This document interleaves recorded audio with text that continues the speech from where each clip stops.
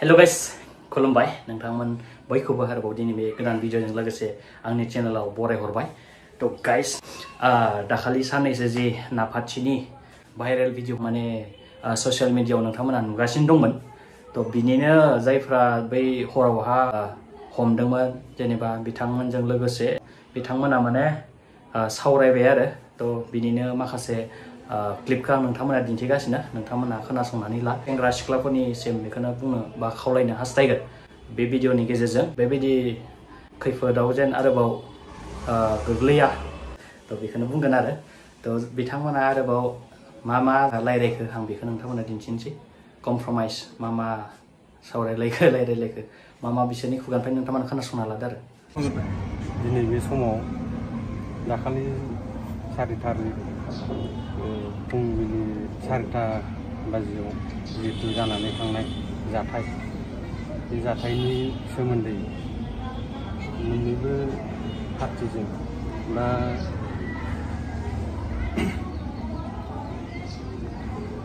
बालागाव समाजनि सेंग्राफोर आरो जिहेतु लामाजों थांबाय थानाय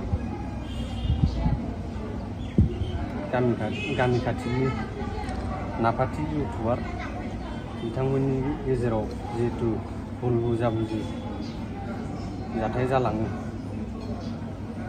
बे जाथायनि सोमोन्दै दिनै बे समाव बिसोरो मोन्नैबो पार्टिजों गोरोबलायनो होननानै सानदों। सेंग्राफोर आरो नाफाथि इउटुबार बिसोरो सानैबो बा मोननैबो पार्टिजों भुल बुजाबुजि कमप्रमाइस खालामलायसिगोन माने दाख्लै जा जालांबाय बेखौ लानानै दिनै मोनसे कमप्रमाइसआव फैनो नागिरदों। नाफाथि हाज'वारिजों जों जमा रायज्लायदोंमोन बिसोर लानानै। ओरैबायदि जादों आरो दाख्लैनि केसआव बेबायदि एसेबां मानि भाइरेल जानायनि माबा नङामोन।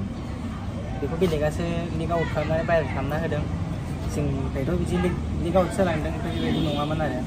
माने भुल गोरोन्थियावसो जाफ्लांनाय बेफोरबायदिया, मिसआन्डारस्टेन्डिंआवसो जानाय।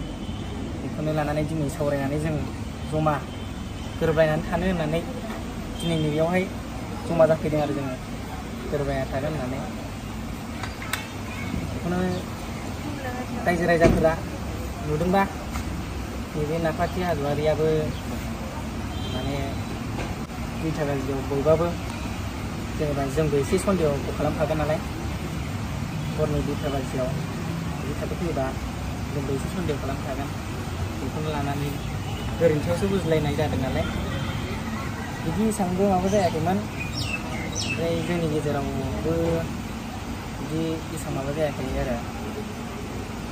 बेखौनो दिनै क्लियारिफिकेसन होनानै रायजो राजाखौ मिथिहोनो बेबायदि जायाखै होननानै मिथिहोनो दिनै जों नैबे क्लियारिफिकेसन आरो नैबे माबाखौ गोरोबनायखौ लाबोनो जों जमा जादों। बेवहाय नाफाथिया मा बुङो? खुलुमबाय बयखौबो रायजो राजा नोंथांमोननिसिमहाय। ओमफ्राय आङो दिनै बेखौनो बुंनो सानदों, जेनेबा जिखिनि जोंनि बे भिडिअआ माने भाइरेल जानानै थांबाय बिनि बागैनो।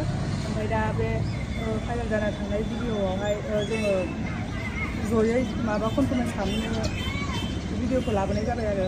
ओमफ्राय दा जोंनाबो माने भुल जायाखै नङा जादों। जोंबो एसेबांखिनि बेबायदि हर टाइमावहाय जोंनाबो लाखिफैनाया जोंनाबो माने गोरोन्थिया जादों आरो।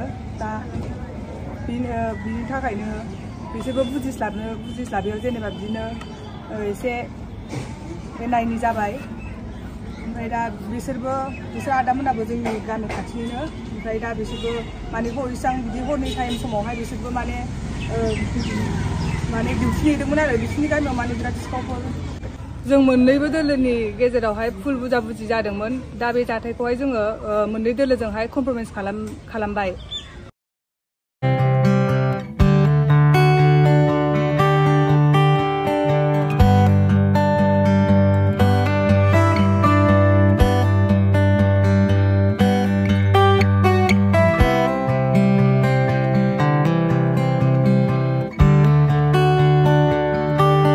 जायफ्रा आंनि चेनेलाव गोदान प्लिज अननानै साबस्क्राइब खालाम दाबाव आरो शेयार लाइक कमेन्ट खालाम दाबावसै थ' दिनैनि भिडिअआ बेसेनोसै नेक्स्ट भिडिअआव थाबैनो लोगो मोनगोनखौ आसा खालामबाय थ' आरो नेक्स्ट भिडिअनि थाखाय नेनानै थादो थ' दिनैनि थाखाय बाय बाय टेक केयार गासैनिसिमबो